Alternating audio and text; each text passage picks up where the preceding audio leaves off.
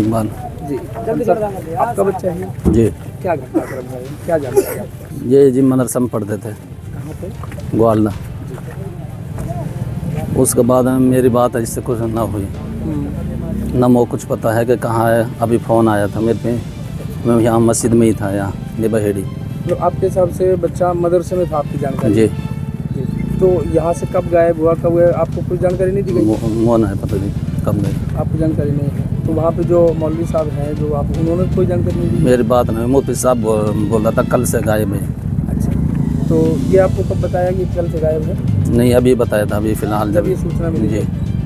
तो क्या कोई आपकी कोई बातचीत अब से 1-2 दिन 4 दिन पहले हुई कोई? नहीं, क्या आप मांग करते इस पूरे घटनाक्रम को लेकर के? मैं क्या मांग करूँ, वैसे अब ये इसका इंतकाल होगा, अब मिट्टी दे दी जाए तो ये बेहतर है। तो जब आपको फ़ोन से सूचना दी गई, जरिए फ़ोन, क्या सूचना दी गई आपको? सूचना ये दी गई थी कि लड़का था यहाँ धीरान में, और वो है डूबा हुआ यहाँ पे। आपने आकर के पहचान की? जी, क्या उम्र रही होगी बच्चे की? उम्र ये कि 17 साल है। आप टोटल कितने बच्चे हैं? 6 बच्चे। तो ये बड़ा था या छोटा था? बड़ा से छोटा था।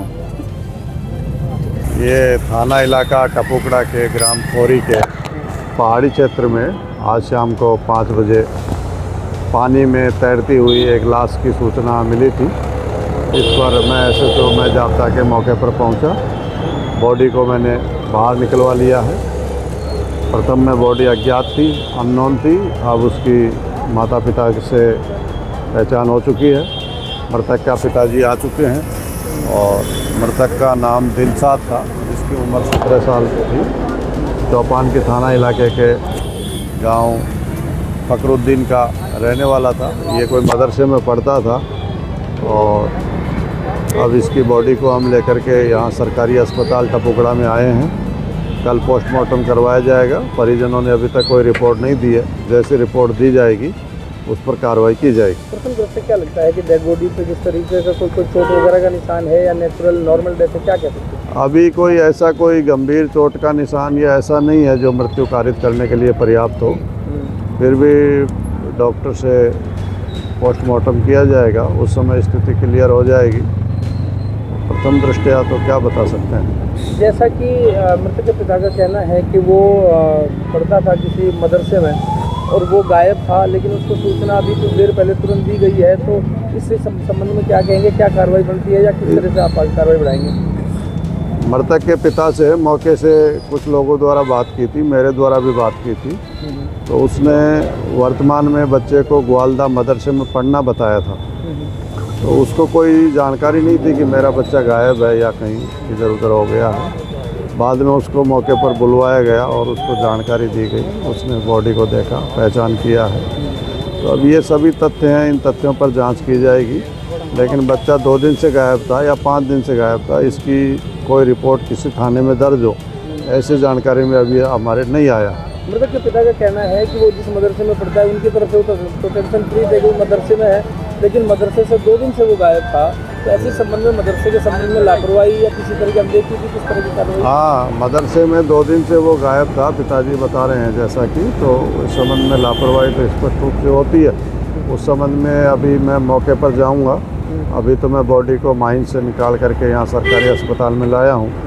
इस समय रात्रि का वक्त हो चुका है। कल मेडिकल बोर्ड से पोस्टमार्टम करवाया जाएगा और इस तथ्य की भी जांच की जाएगी कि जब वो 2 दिन से गायब था तो मदरसा संचालक द्वारा क्यों नहीं उसकी रिपोर्ट संबंधित थाने में दर्ज करवाई गई।